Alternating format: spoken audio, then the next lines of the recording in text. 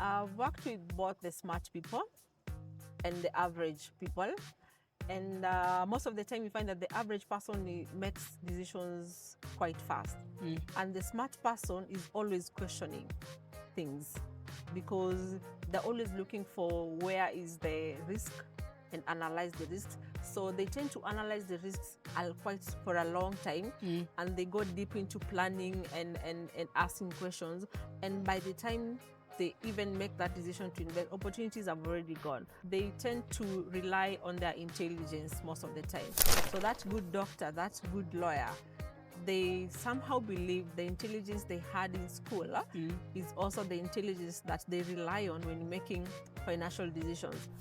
In every investment and saving tool, there's a risk. Anything that involves money, whether you're putting it under the mattress or you're putting it in ZD savings, or you're putting it into an investment, a house, or in a circle, everything has a risk. Tools have different risks. Like for instance, now insurance has a risk of, we have a risk of you encountering that rogue salesperson who sells to you something, first of all, that you do not understand just because you want insurance. Are you aware yourself the type of insurance products available? Are you aware that insurance are just protection tools and not investment tools? Are you, like, you need to do your background check and understand that thing first. I always ask them, have you realized where the problem is, first of all? Because if you do not handle where the problem started, I'll give you a structure on getting out of debt, but you still earn more money and get more money, but you'll not be paying your debt. You'll not even be intentional to reduce your debt. First thing you'll do is buy clothes. The next thing you know is you are going for a holiday, but you've not handled your debt. So you need to know where the problem comes from, first of all. So let's talk about the social media, which has also created a culture where everyone appears to be living their best life, and also their financial life is due, and latest phones, holidays, designer clothes. How does that affect the financial discipline of ordinary people trying to build their, their wealth, trying to build something quietly? What if a single shift in your perspective could transform everything? Welcome to Perspective Flux, a podcast dedicated to evolving viewpoints, lifelong learning, and personal greatness.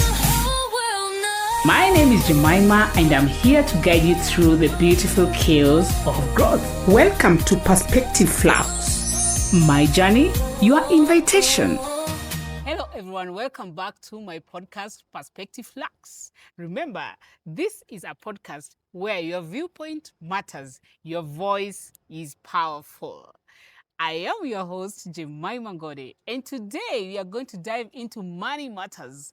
If you are new in this channel, kindly subscribe to Perspective Flux and also hit the notification bell so you never miss any of our video. Right now here at Gem Forest along Limuru Road, we are just relaxing and we want to talk about money. So, before I introduce our guest for today, this I want us to begin. Picture this: two people, same salary, same company, same city. 5 years later, one has savings, investments, and financial peace. The other is still broke, still borrowing, still wondering where it all goes.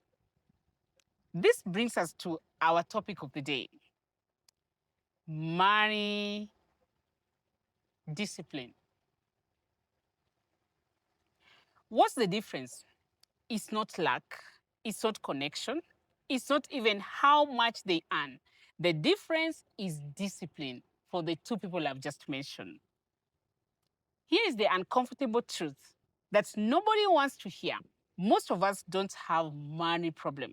We have a behavioral problem. We know what to do. We've read the articles, watched the videos, heard the sermons, but knowing and doing are two completely different things.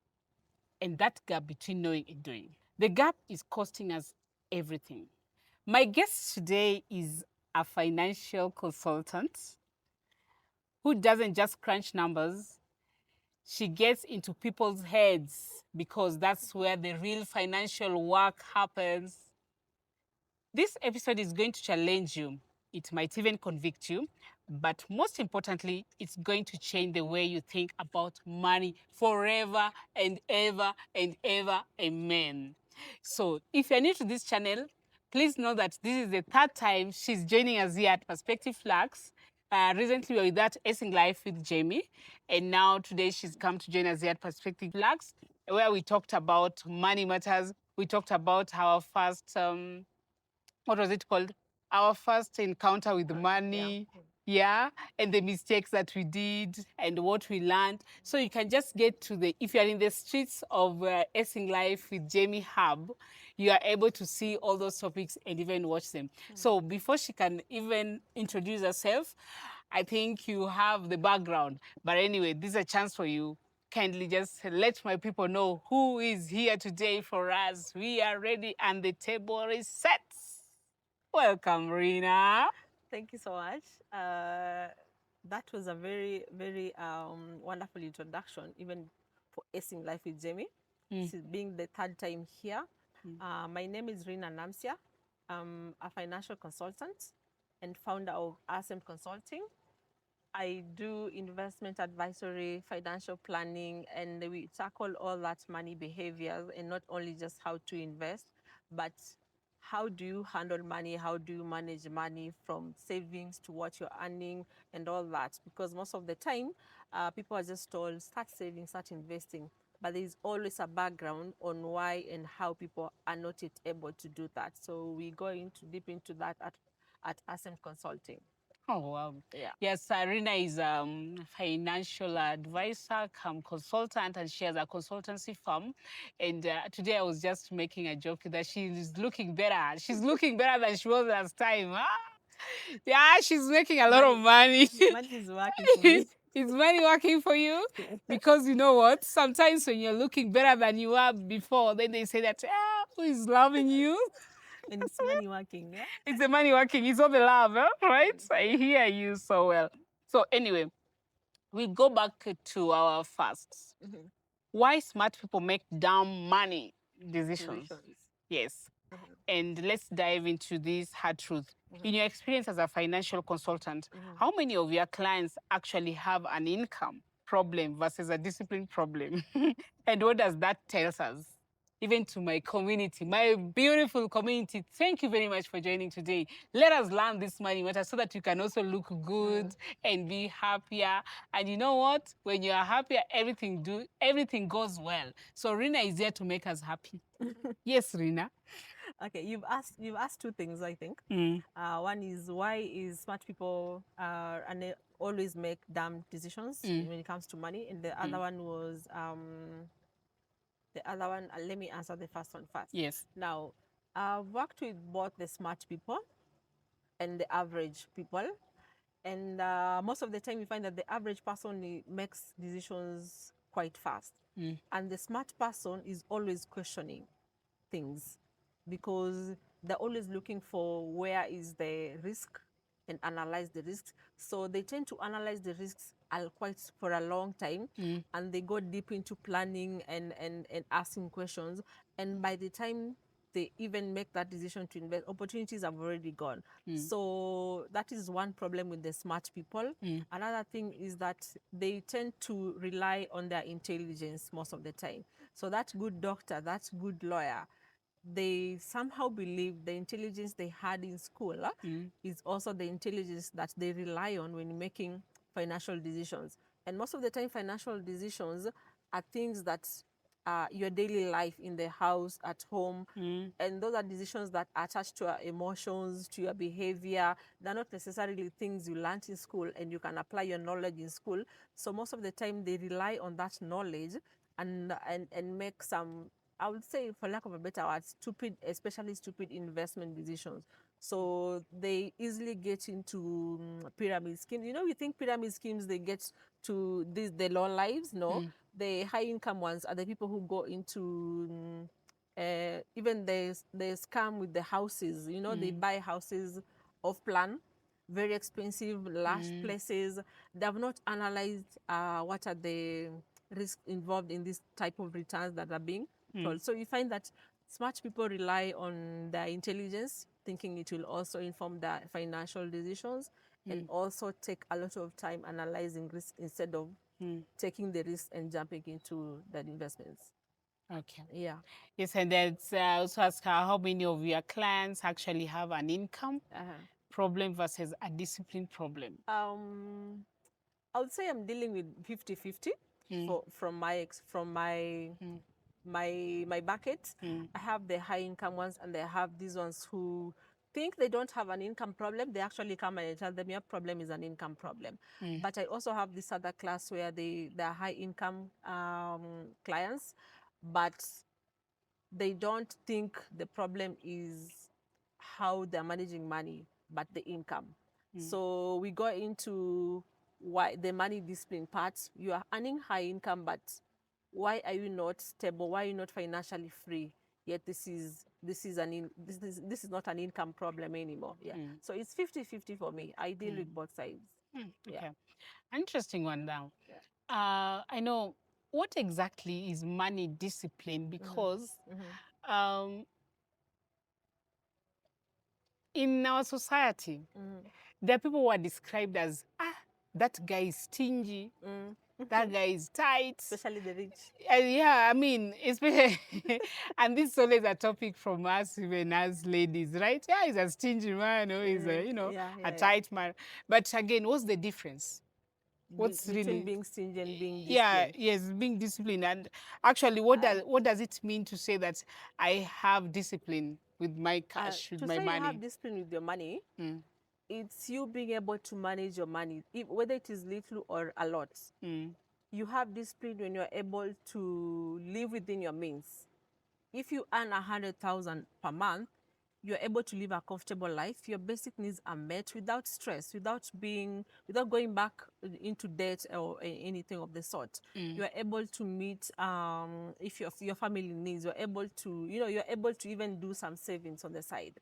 But if you're not able to do that in your earning high income or low income, then you don't have money discipline. So money discipline is basically, are you able to live comfortably without debt, and living within your means and being able to save at the same time?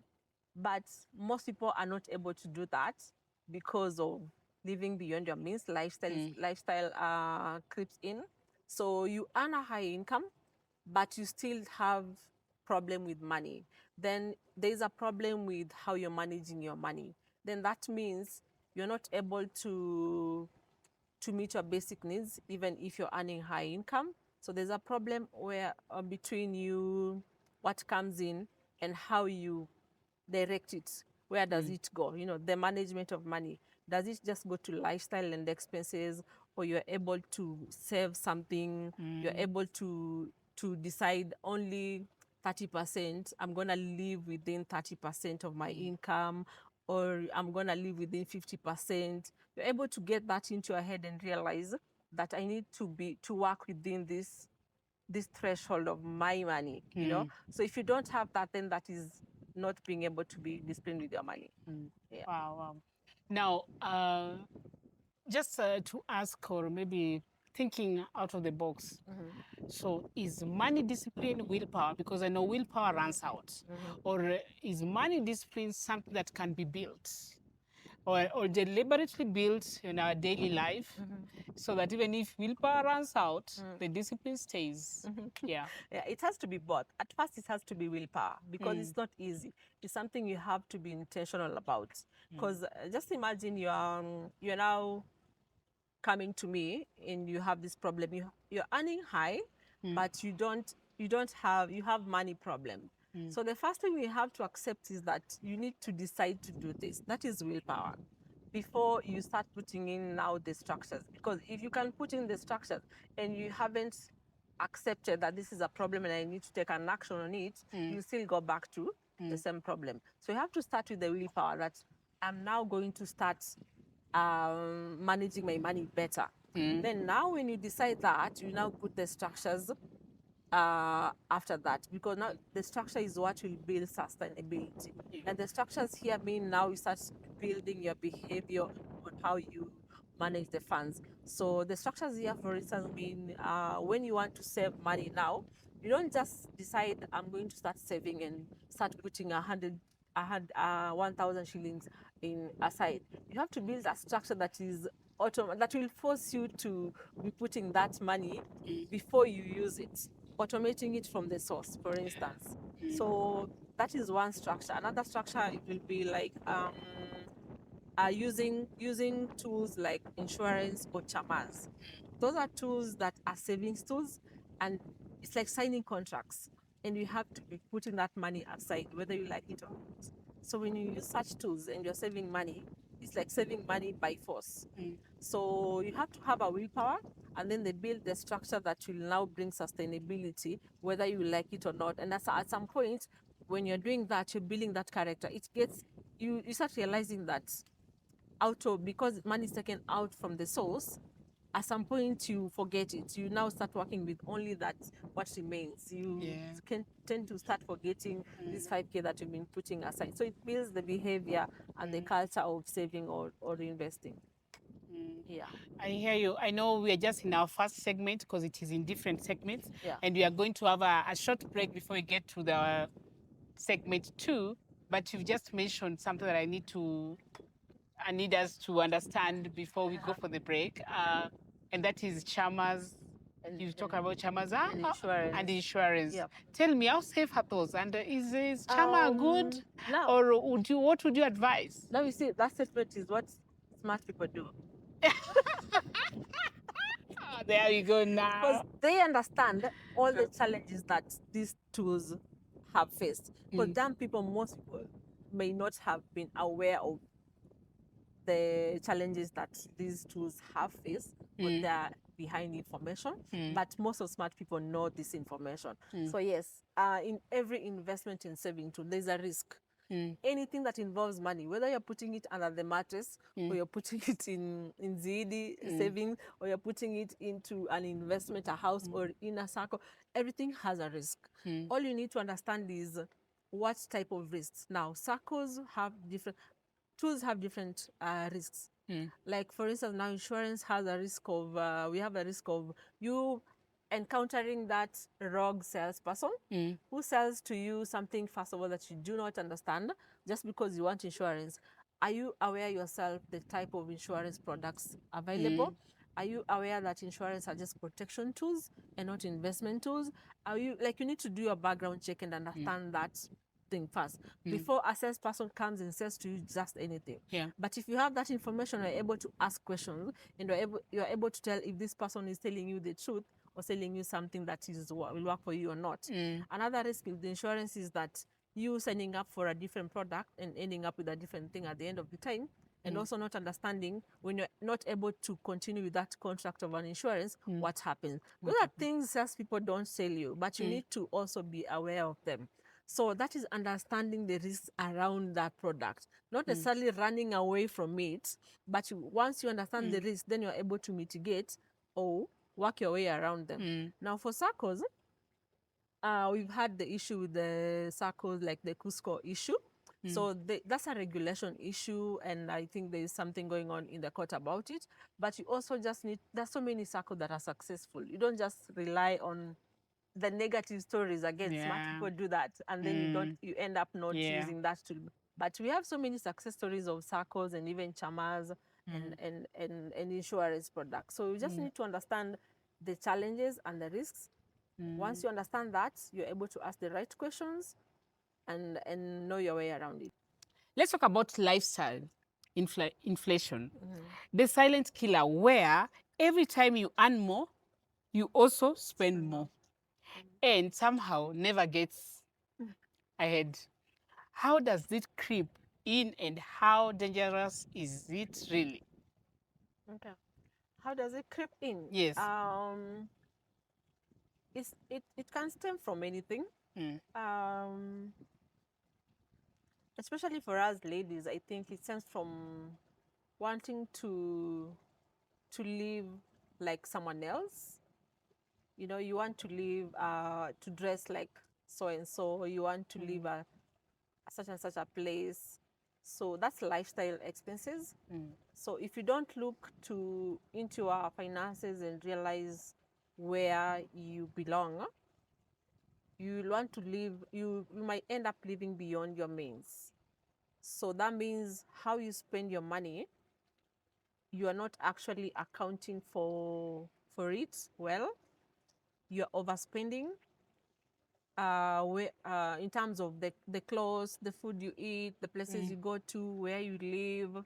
It has to be within you have to be true to yourself. So if you do not audit that and you start earning even more money, you will continue, because it's a behavioral thing, you will continue living that high lifestyle. And the more you earn, the more you continue living the high lifestyle, because you can't even stop before you realize where it started from. So you need to realize, you need to be true to yourself and know that this is what I earn, this is within my means, let me live within my means like this. Yeah.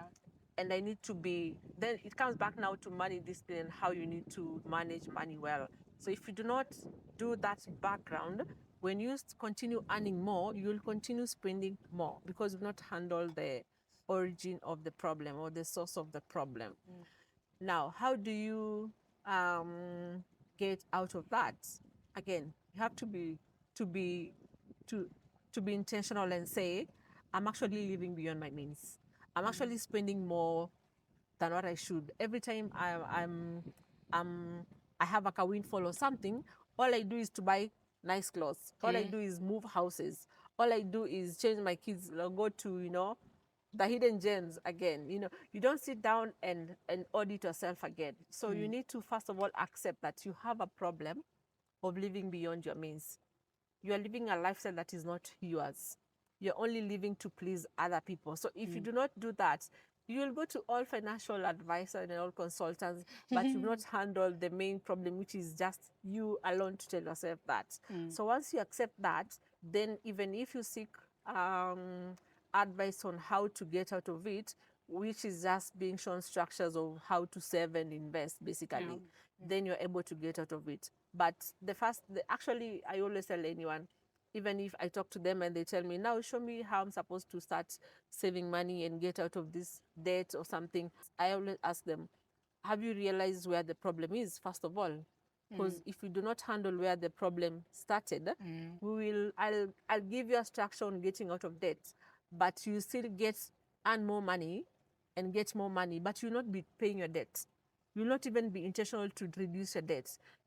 First thing you'll do is buy clothes.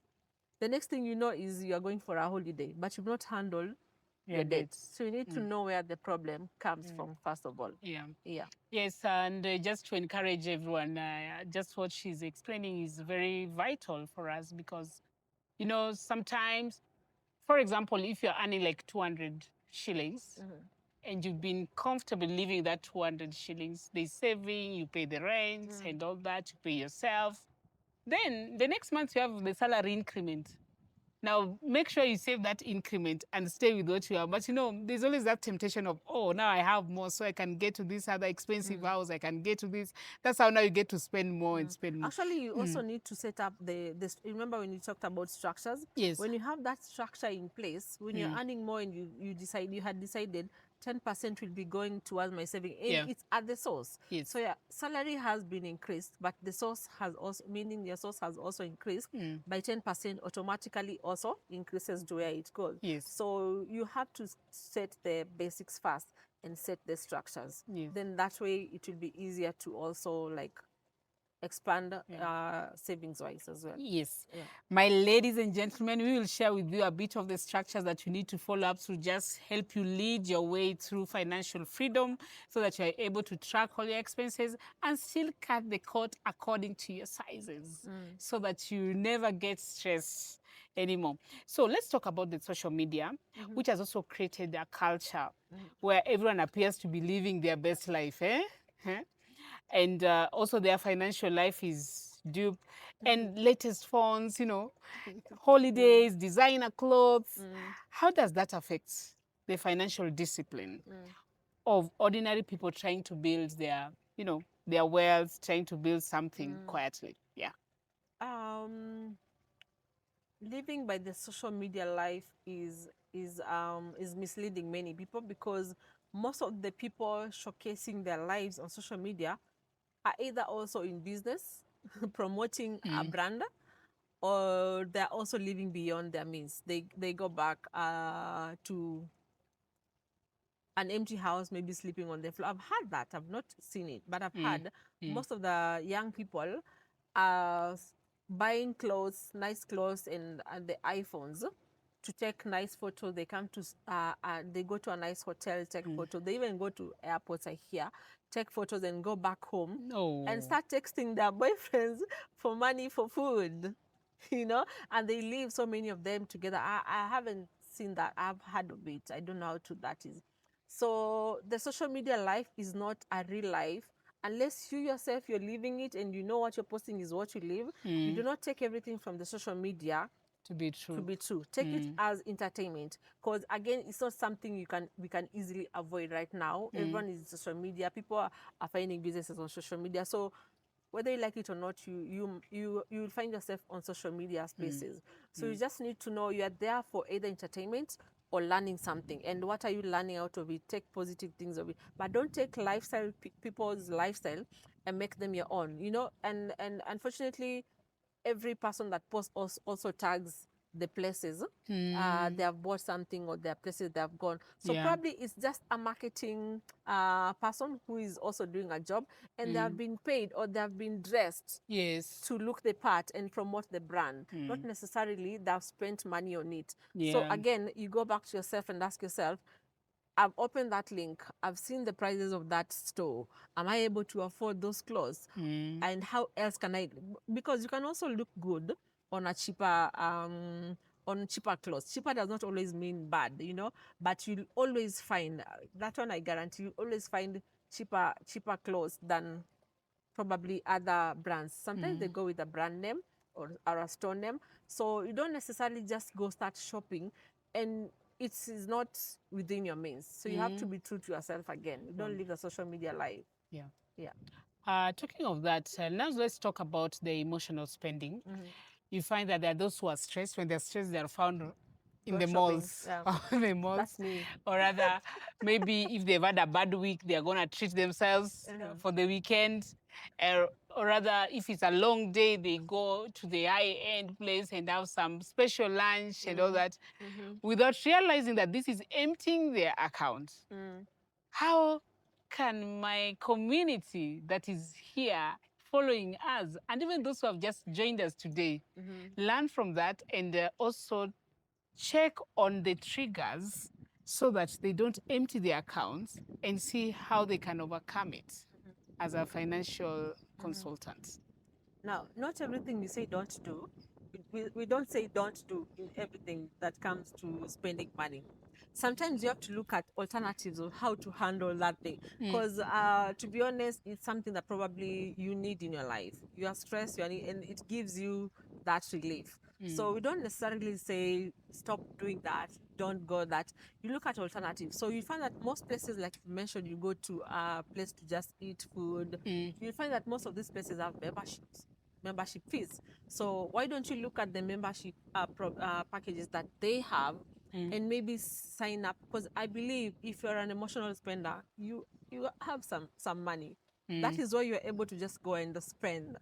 So why don't you look at some of those packages on those places and see what fits you, and just do an annual payment or a quarterly payment, and that way you're able to just be visiting that place whenever you are able to, and spend that money. That is, and then again, you see, when you do that, it means you're also putting it as a line in your budget line. You always know, I have to pay this amount of money at James stores. So when I got there, I'm signing this package of a spa. There's a new, so it has already been catered for. So when that time comes, you're not going back to your pocket to spend money. You've already budgeted for it. You've already paid for it. So you're going to go for it. Again, when it comes to buying clothes, have it as a budget line. Like, you have this threshold. You look at yourself and say you spend almost 20K a month shopping clothes. Okay, you need to scale down. Can't be every month. But you can put aside money for just shopping and grooming in your budget line, because we construct that with my clients as well. when you're doing when you're restructuring their budgets. So you have that budget line and you say, we need to fund this account because this account is where you're going to be spending your money for clothes. And make sure you're within, now you have to be disciplined again. You're spending just within that amount. And then also when it comes to shopping, learn to not shop the first time you see something. Maybe take a day or two and just go doing the shopping. Enda Sarit, tembea, look at that, those shoes, those clothes, they're expensive, they're nice. Go back home. There's a possibility you'll go back home and you'll not want to go back and buy that thing. And not because it's nice, it's bad, but because you realize I actually don't need it, or if I buy that, I need to buy another thing to pair with that. Yeah. So take time and a day or two before you buy that, you purchase that thing that you really want to. So again, it comes back to building the discipline and the habits around how you manage and spend money. So check out memberships, have a budget line of spending on your grooming and clothes, and then take time before you just spend. Like, just analyze it, internalize it first before you spend. Wonderful, wonderful. My people, you can hear that, ladies and gentlemen. Now, because you are an African, I am an African, very Africanized. And I know financial indiscipline is sometimes dressed in our society as generosity, whereby you're giving to the family, funding funerals, supporting everyone around you. You're just you unleash all the time, and that is indiscipline, but it is dressed nicely as generosity. Where is the line between that? Just generosity and financial discipline. How do we navigate around it and ensure that we avoid the financial, distractors? There's a clear line between, and that is black tax you're talking about. Black tax, and some people have decided to call it, I have a client who called it a certain name because he didn't want it to be called black tax. It's such a bad name. Black tax is bad name. He called it compulsory, not compassionate funding to his siblings. Yes, let's call it so. Compassionate funding. Compassionate funding. The line between that and being disciplined is a boundary. Building a boundary. And building boundaries when it comes to that means, where do you say no and where do you stop? It does not mean you stop supporting your people. It means how much can you do? Because first of all, let's be honest, when you just give, especially to siblings and family, they'll always, takers are always takers. They will never stop taking from you. So first of all, you're building people who are dependent. They'll always be depending on you. So someone you're helping to pay rent and buy food, you're paying their kids' school fees, and that is your brother or your sister. This person is never learning how to earn money themselves and take care of this stuff. So you can only build a boundary and say, man, you're a grown-up like me. You have two hands, you have two legs, you have ears. I'm just like you. I'm also making money. I'm only going to be paying school fees for these kids up to grade 8. After that, I am done. Start planning yourself now. Another thing is deciding if it's an emergency, things like medical or health stuff, or just an emergency back at home, and tell them, I'm only going to be coming in when it is this and this thing that you call me for. Any other thing, sort yourselves out. I also have a family, or I'm also trying to build myself, and this is the much I only earn, and I need to build myself. If you don't have that conversation with your people, you will continue supporting. And honestly, it's not easy because people who have been doing this for years, even whatever I'm saying is not easy for them to do. It's easier for people who have not done it to start saying that. But people who have been doing it, I've encountered it. You tell them to do that, come back and follow up after 3-4 months, they haven't even tried to mention it. Why? Because to them, they feel guilt. They've been guilt-stripped always. So you have to also come to a point where you decide enough is enough. I'm going to make enemies. You have to be ready for that. I'm going to create enemies, and am I ready for that? Yes or no? And you have to be ready so that, because they're going to say, umekuwa stingy, umekuwa mbaya, you have maybe a wife or girlfriend, she's the one now who takes, who gives advice or something. So you have to be ready for that. And being ready for that means you have to be ready to cut them off. Not really cutting them off, them cutting you off. Because you will still be there, but them that have decided you are the bad one now, you're not supporting us anymore, you're no longer, we don't like you anymore. So when you're ready with that, then you build the boundaries, you're able to start moving forward. And it does not necessarily mean you stop supporting them. You can have a fund for them for the emergencies and only when it's necessary. And you don't even have to let them know that. Sure. Only when it happens, they call you and you know you have money aside for such, and only have a threshold of how much you can help. How much you can help. Yeah. I think that's really, really important, because looking at our society or the communities where we come from, you know, this, let's call it compassionate funding, has become a right to the extent that if you had less money this month and you've not given it out, it's like almost a mistake you've sinned against your community and society. And they start talking, or rather, hey.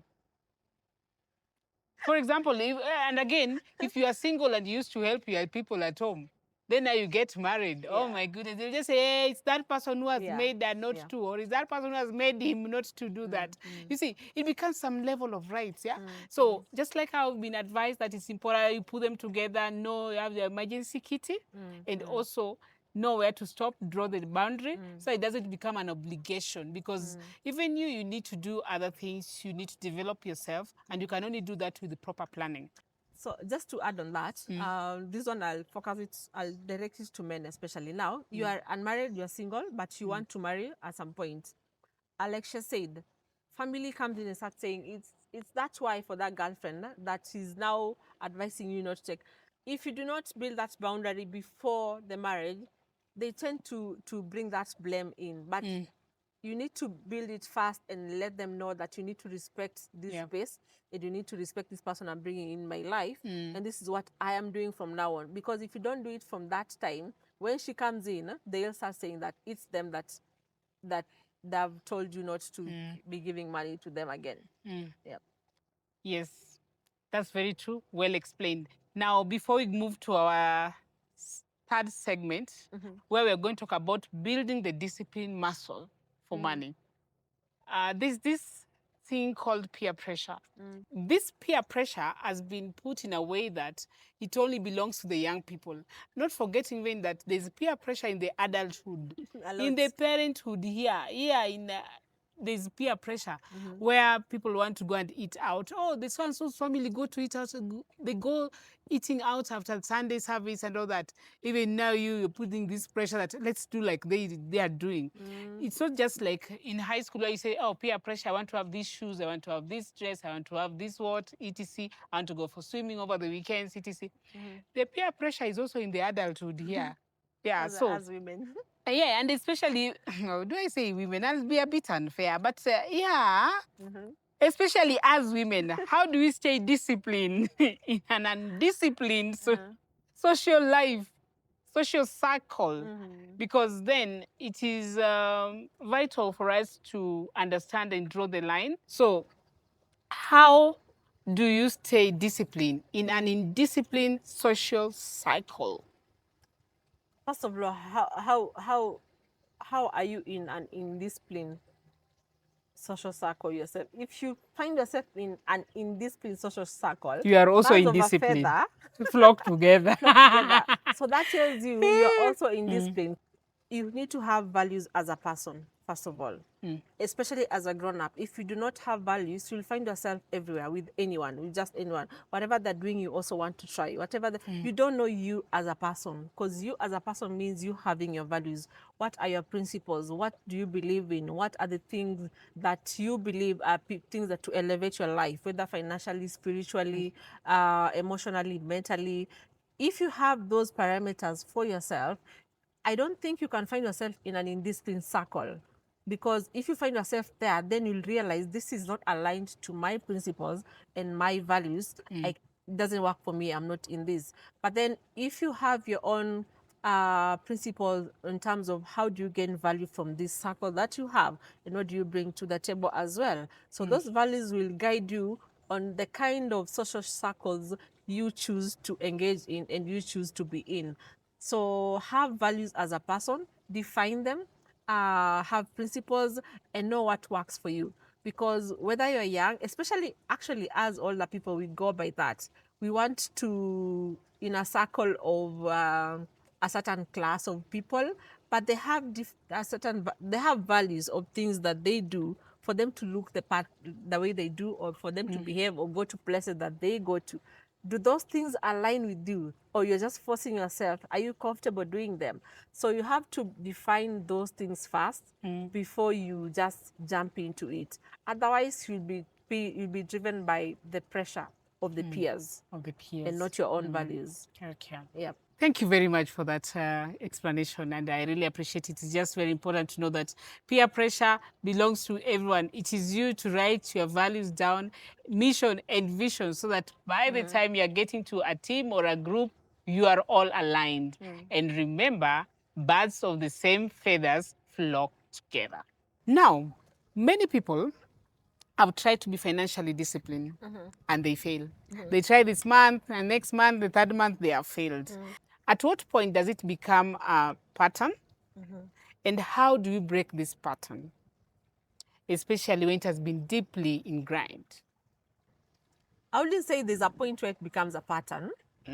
When you're in discipline with money, it's something you've probably been doing from your childhood. It has been engraved in you. You've been unknowingly doing it over time. So maybe we say a point where you realize it's been a pattern, not a point where it becomes a pattern.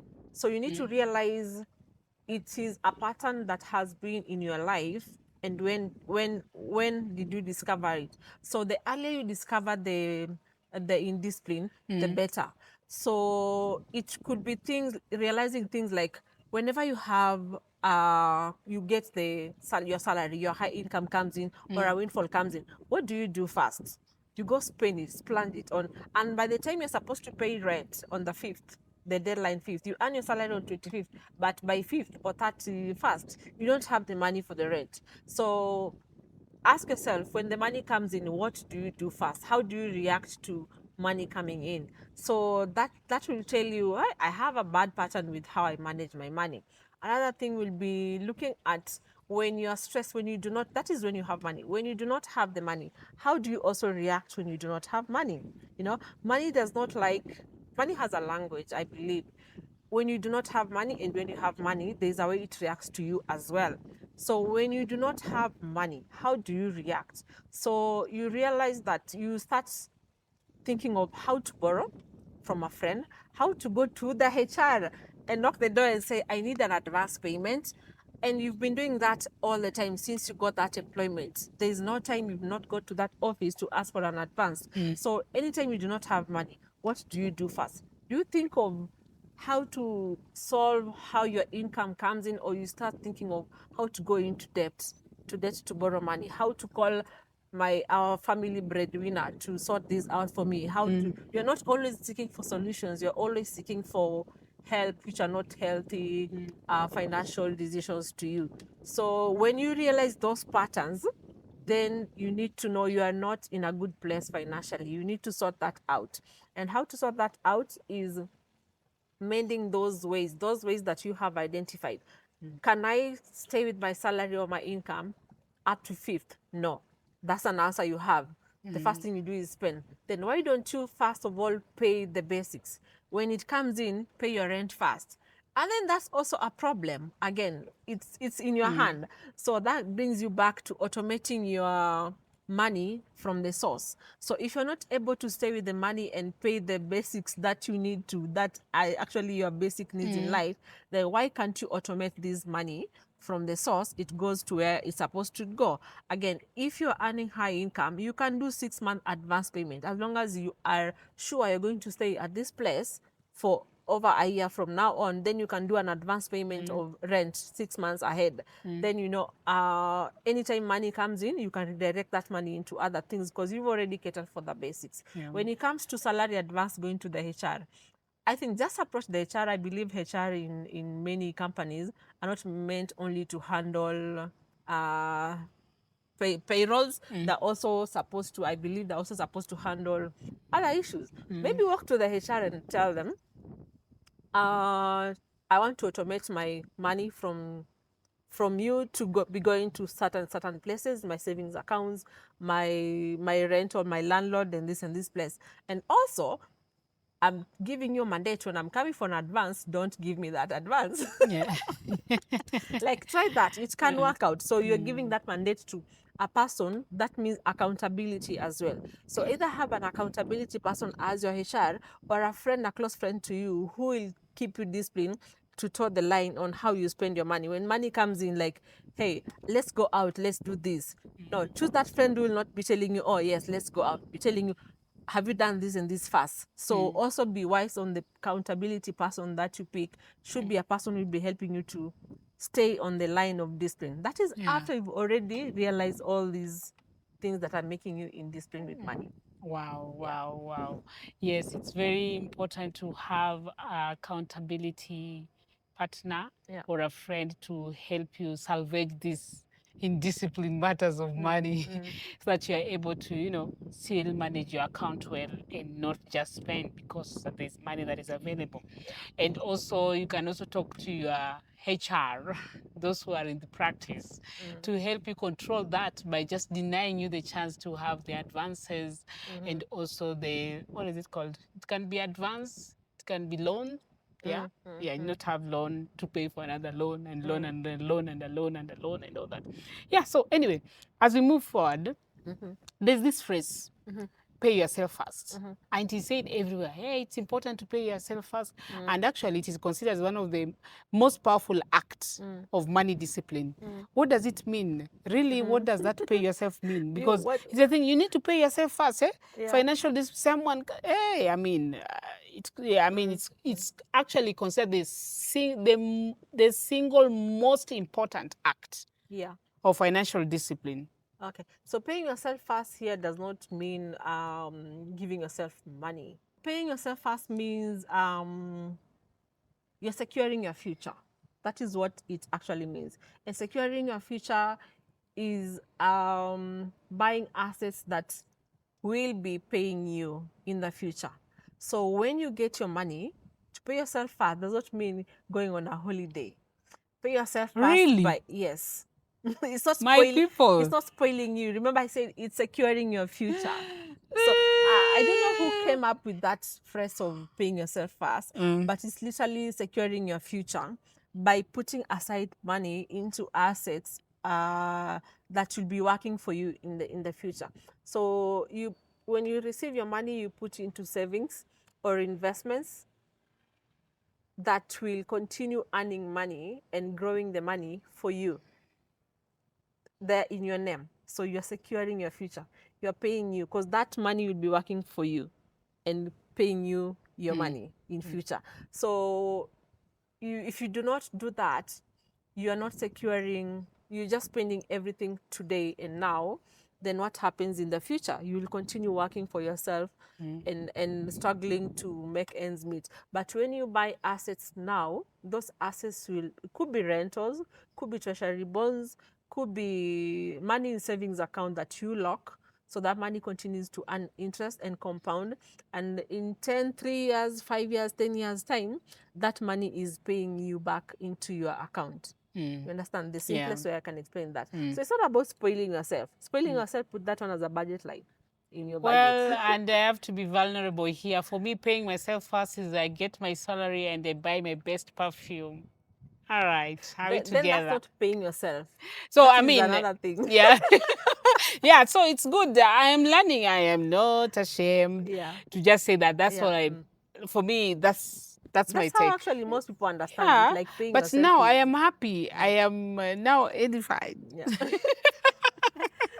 So I know better. Yeah. Yes. So another question is that, some of us, me included, if I have my money at hand, I will definitely spend without thinking of saving. But when I get it, when it's in my account, kind of like there's a control to it. So the biggest question is, can the financial discipline be automated? Yeah. For example, I'm in a circle, I'm in a chama, I'm in wherever, the insurance, etc., call them, money markets. Yeah. So can they be automated before they reach at hand? Because when they reach at hand, they'll divert anyway. Yes. Yeah, they can actually be automated from the account that you have. If it's a bank, just go to the bank and tell them, I want to do a standing order to Sanlam Money Market Fund every 30 or every 21st or every 31st of this or every month. 10K is out to Sanlam Money Market. If it's any account that you want to, if it's a fixed account, just tell the bank to also do a standing order, because once you do a standing order, that money lands in and goes out. You do not even touch it. So you can automate your discipline actually, as long as you have where the money lands. If the money is landing in your hand again, you cannot automate it. So it has to be landing into a system where it can be automated from. So let it not land into your... Also, M-Pesa has a standing order kit, which is called Ratiba. So you can also do standing order, and you can do standing order through Ratiba via Send Money or Pay Bill or Buy Goods. So whatever place you want to automate your money from, if it's landing in your M-Pesa, go to Ratiba and automate that money. It can be weekly, it can be monthly, it can be daily. Automate it. And also Zaidi Money Market Fund has a standing order where you can do, I'm just giving slow examples. It down, slow it down. I have to say this. I've never heard of Ratiba. Man, Okay, I'm giving scenarios. I'll repeat that. My people, I'm sorry. Yeah, I'm not ashamed. I've never heard of Ratiba. Well, I've got to try it. Yeah. This is Ratiba. Yeah. What does it do? It's a standing order.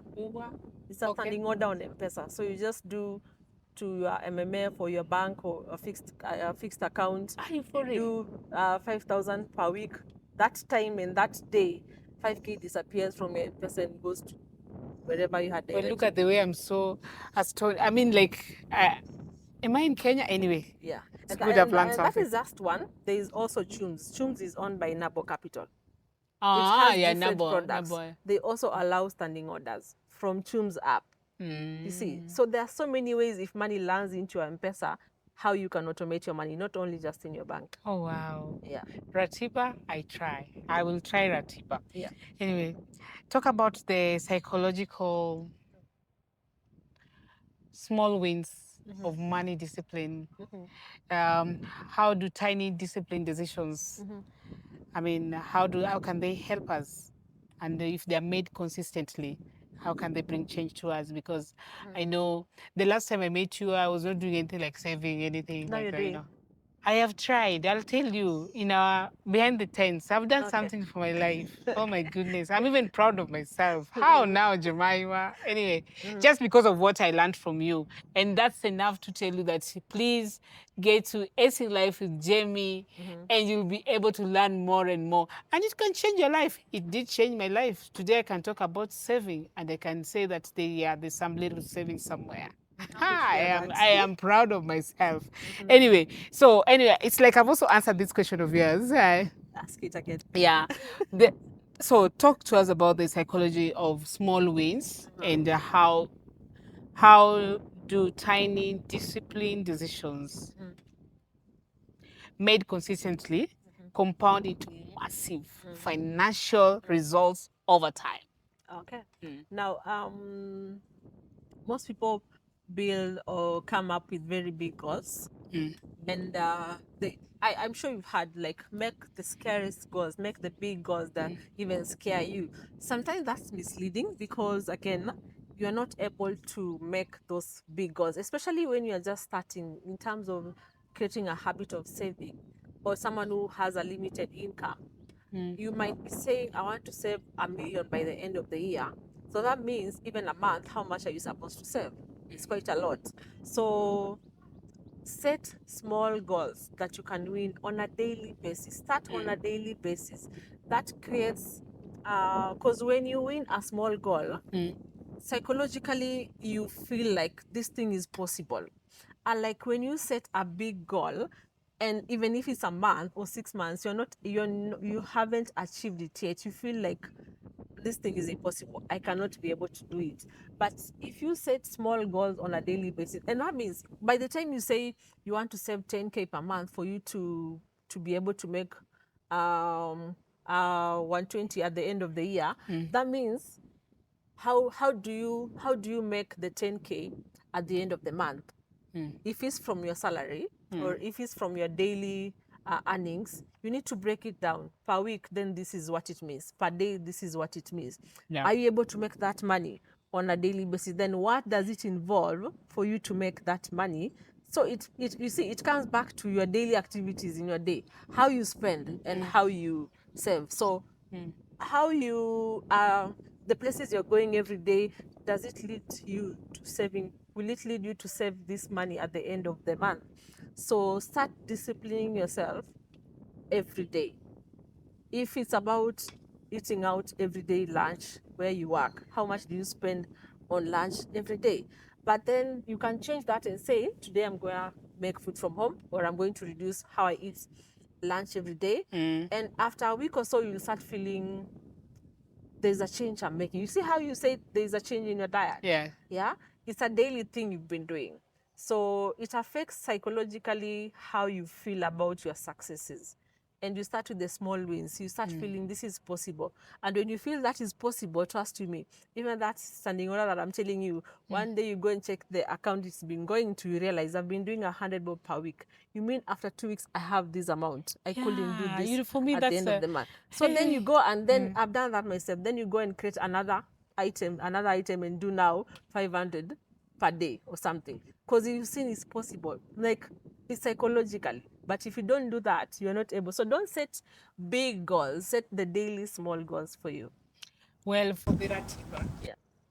for sure, when you come next, we'll display the account. I think that's a really, really good thing to do. Yeah. And wow, I've been in Safaricom for a while now, and I've never always. Well, It's been there's there. always a first time for Yeah. everything. There's always first time for everything. Ladies and gentlemen, we are getting to our fourth, which is our last segment, where we are going to be talking about the mindset behind the money when you come back.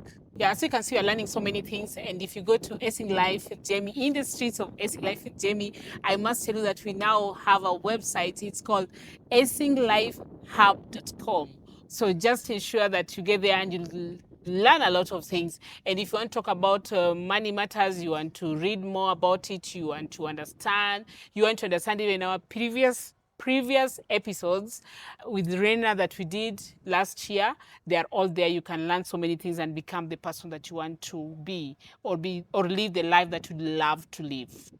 What separates someone who is temporarily disciplined until something goes wrong, from someone who is consistently disciplined over the long term? What's the secret ingredients? Someone who has structures will go long term than someone who does not have structures. Because remember, if you do not have structures, everything that you make, every decision that you make about money relies on your willpower, relies on how you feel that day, and yeah, mostly just how you feel that day. And most of the days will not be not all days will be the same on how you want to spend or save or make decisions about money. Yeah. So, but if you have structures that we have mentioned before, you do not, it does not rely on you. It relies on the structure that you have set. So someone who has set those structures, or rather, let me say, if you have to be going back to check on how your money flows every time, every month, you have to decide on how this money flows in and actually out of your account, that is not sustainable. But if you build structures from the source, at some point, it will stop relying on your decisions, on how you feel about making the decisions on your money. It will just be flowing without your involvement in it, and that's long term. Yeah. So in this fourth segment, we're just talking about our experiences, different ways. Like, for example, we talk about childhood. How do you associate yourself with money based on your childhood? Like, for example, me, I will tell you, in my childhood, I knew money was there to be spent. Yeah, you know. And of course, I was not taught about anything else apart from just spending money. Yeah. And also the way we were brought up, and I think it's something I also said in the other episode. Yeah. We knew when it was there and when it was not there. And when it was there, everything was good. We have food on the table, everything, whatever you want, the clothes, the shoes, everything. Just available, yeah. Yes, and when it is not there, we also know. There's no food on the table and everything. So, you know, that's how somehow you also structure yourself when you're growing up to the adulthood where I am and say that it's about, let's use it when it is there. When it's not there, we'll also know how to survive, you know. Yeah, so maybe perhaps if you have such mindsets and you really want to improve in your money management, how can one thrive out of it? Yes. Actually, it's first of all, yeah, it's important to be aware that our childhood also affected how we are handling money, or rather our childhood with interaction with money affects how we have grown into how we are handling our money. So if you're aware of that, then it's the first step to note. Then you take measures from there, because we've grown up, some people have grown up knowing money is bad. Ama watu wako na pesa wanaringa, ama like money is evil, such kind of phrases and things, we've had them as well. So that is like a blueprint that was imprinted into your childhood. But you need to be aware that those phrases, wherever they came from, we don't know, or they could have come from people who had their own definition of what money had how money had affected them at that point. But then, how do you define money? I remember last year we defined money, and money is supposed to be something that makes your life better. It is a tool. It is there to be spent, but how do you spend it for it to make your life better? So you need to define what a money is, or how money is supposed to be a tool to make your life better, for it to start working for you. Otherwise, you'll just be using that blueprint that you had in your childhood, that we do not have money, or when the money is there, we spend it. The only thing you know is spending. So start going into financial literacy classes and learning different instruments of savings and investments and how to use money. Start going into social circles where they talk about, if you're a parent, start talking to your children about money, and not only talking, involve them when it's time to spend this money. This one goes to, we are paying rent like this, we are paying, it might not be everything, but you're starting to teach them how money is flowing out. It's not only on spending, it's going into savings, it's going into investments, and you are seeing this kind of lifestyle. This is how I built it as a parent to your children. So you start having that conversation of money even with your children and your spouses and your partners and your community, having that community of where you talk. Because previously in childhood, money was like a taboo topic. So most people never had that conversations about money. So apart from financial classes, start having that conversations of money and interacting them with the children. I would say you also maybe also just start changing how you manage your money, and by involving in an expert like a financial consultant, a licensed one, who can come in and start helping you build up those structures, or helping you walk the journey of identifying your blueprints that are not correct and correcting them. So involve that financial consultant or an advisor who can walk with you the journey to rewrite a better blueprint for you when it comes to handling money. Well, yeah, just still on the childhood, seeing your parents struggle because of money, you know, and then there's also this scarcity mentality, whereby you have money, you can't spend, you're struggling, but there's money. How do you break that? Because I know you have money, you don't want to spend it, the scarcity mentality. When you go to the supermarket, and this I have a weakness, and please, may the good Lord guide and bless me. There's a class I attended, it's called Dream Builder class, where they talk about the possibility and nothing is impossible in your life. It is you to create it, just how you, the mindset, you know, how you can change your mindset and all that. And it also talks about not restricting yourself from the things that you'd like to have. And that has played a role in my life as even today. If I get to the supermarket, I don't always check on the prices. But somehow when I'm going to do the payment and I get to the till, I end up paying everything. And I go home. The abundance mind, the abundance. Because you restrict yourself, you go and start checking on the prices. Like, this something on promotion, that must go home, you know. But that's not what you wanted. Yeah. So, I don't know. This segment is not more of your profession or just talking about this experience and just how maybe even you could also say something that you practice and it works. Because I feel like if you focus on the prices, you might end up even not buying whatever you need to buy. Because I am so clear that I am going to the supermarket, I'm going to buy ABCD. Yeah. I'll walk to the ABCD, and when I go to the ABCD, I pick a gone. Yeah. But I don't want to spend 2 hours now looking for the alternative and looking for the difference. You see, there's a scarcity mentality and the abundance mind. The mindset that plays in this. Like I say, the fourth segment, we're just talking about the experience here, not talking about, financial advice. And please, this is not censored. I'm sorry if it's going to rub you the different way or no, not what you expect. But sometimes it's also good to just talk about us as us, so people can also learn, pick what works for them. Yeah. Yes.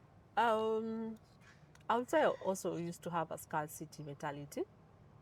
And I would say that came from also my childhood and how I was parented with it, like you don't overspend on things or you have to be very disciplined with money. But at some point, from my experience, how I actually got out of it to live abundant life, I was asking myself, am I living the quality of life that I want? Then I was like, it's like I know what I want, but I'm not having it. Why? It's because najifinya sana. You know? Na hii kujifinya sana, it's like I don't even have a goal for it. Najifinya sana because of why. Then I realized the life that I want to live, hata sijifinyi sana working towards that. Then I started like, no, if I have to live this kind of lifestyle, then I need to start even going to places that have that kind of ambience or something, so that I also understand hii lifestyle inaishi, mtu anaishi aje, you understand? And then you realize it comes out of spending money. And not spending money does not necessarily mean a bad thing. It is intentional spending. You're spending towards the quality of life that you want. You're intentional into living into a certain hood. So you are saving and investing towards that place. You are investing into your personal branding. How you dress up and is somehow affects how you feel. They say how you show up sometimes, not sometimes, always. Always. Yeah. Always. Like, are people turning, like, in a good way? Like, people appreciate you and how you made your hair, how you dressed, how you those compliments that come in, they come from you spending the money to look that bit. You understand? So there's no way you will have a scarcity mentality at the same time you want to live an abundance life. You have to be intentional on which kind of quality life do you want, and then maybe start living that life by visiting such places or going to start dressing the way you want to be dressed, to be addressed. Maybe living in a hood close to that, or just visiting those, or even your circle, you understand? And so it makes you understand how these people, the rich or the wealthy, built that empire of theirs that they have. Because if you're out of it, you're just outside of it, you may never understand how they built it. So it's about now then it takes you back to realizing, I need to make more money than what I'm making now for me to live this kind of lifestyle. So you're not only thinking of spending it, but you're thinking of how do I build this income of mine to be more so that I'm able to live comfortably, this kind of lifestyle. So you see, that is abundance way of thinking. Like you said, when you are lack money, how do you react towards lack of money? Do you think of increasing what you have, or you just think of going into debt and borrowing? Or do you ever think of increasing your income, or you always just think of cutting your expenses? You see, so that is a scarcity mentality if you're always thinking of cutting your expenses. But if you're thinking of, I need to have different income streams, then you start thinking of how and where from. So that is abundance mentality. So you start thinking in that light. I agree with you. Because sometimes I struggle. You see, someone is earning proper money, and the way they show up, it's the opposite. They don't want to be seen that they have money. They don't want to be seen by people the way they say dress. money is quiet. Money is quiet. It doesn't shout anyway. With the torn dresses, it's quiet. I mean, I'm sorry, I'm even laughing at this thing. Money does not make noise. I think, according with a lot of humility, you just attract what you are. Yeah, true. If you have the money, dress up, use it, not carelessly. I'm just saying, use intentionally. Be intentional with your money. If it's budgeting, budget lines, get them correct. But don't put on a torn dress saying that, money what? Because you see, if today I look nice, I will attract the next nice thing. Because you just attract what you are. And you can never attract the opposite of... Let's remove the dressing pattern or the way we look out of the box. Assuming you have children, the kind of quality life you want to give them, the schools you take them to, and the activities you pay for them to be involved. You understand? So you find that when you enroll your kids to certain classes, whether it is these outdoor activities, basketball, sports and such kind of things, you enroll your kids to such kind of things because you want them to grow as well, because these things will be beneficial for them. They'll be getting scholarships out of that. They'll be getting other things while you hold money and don't do these things for them, saying you need to work hard in school, yet you have the money, you see. So that's the way the difference is, abundance thinking versus scarcity thinking. You just want your kids to work like hard, and yet you're able to enroll them into spaces where they're able to get other benefits. Other benefits, I agree that. Just as we are closing, I know I'm a believer of you attract what you are. You attract, you are the creator of your own results. So how do you create your results? You create your results by where you determine to go to, what you say, the people you hang around with, what you decide to study, where you decide to spend your time, and the people you surround yourself with. So we are going to just have fun part of it. I'm going to ask you just few questions, like even 3, and then you just be honest. I give you a scenario, just be honest and short, precise. All right? So, disciplined person with a small salary versus undisciplined person with a big salary. Who wins in 10 years?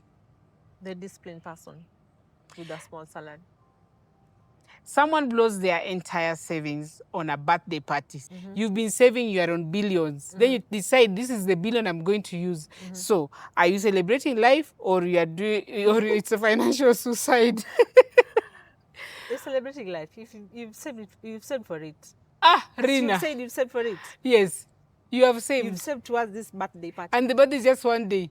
Yeah. Anyway, I'm not supposed to interrogate what you answer. Remember, you said you've saved for it. It's not like you're taking money away out of something else. If you're taking money out of a saving that was supposed to be another thing, then that will be a different case. Well, thank you for doing that. But if you're saving it exactly that goal, then have it. Is buying the latest iPhone on credit ever a financially disciplined decision? No. December comes, you've been disciplined all year. Do you loosen up or stay the course? I loosen up. Watch January kuj. It's 50-50, right? 50-50. But again, you don't use everything. But just loosen up. If you're planning to loosen up in December, save money to loosen up for December. Let me do a nice one. You've been disciplined for 3 months, then you fall off completely. Do you start over or continue from where you fell? Continue from where you fell. I think they're the same thing. starting Now- over or continuing. Yes. Can you be financially disciplined and still genuinely enjoy life? Yes. Ladies and gentlemen, we have come to the end of this episode with Rina, the consultant, this approved, worldly renowned, approved, countrywide, international.com.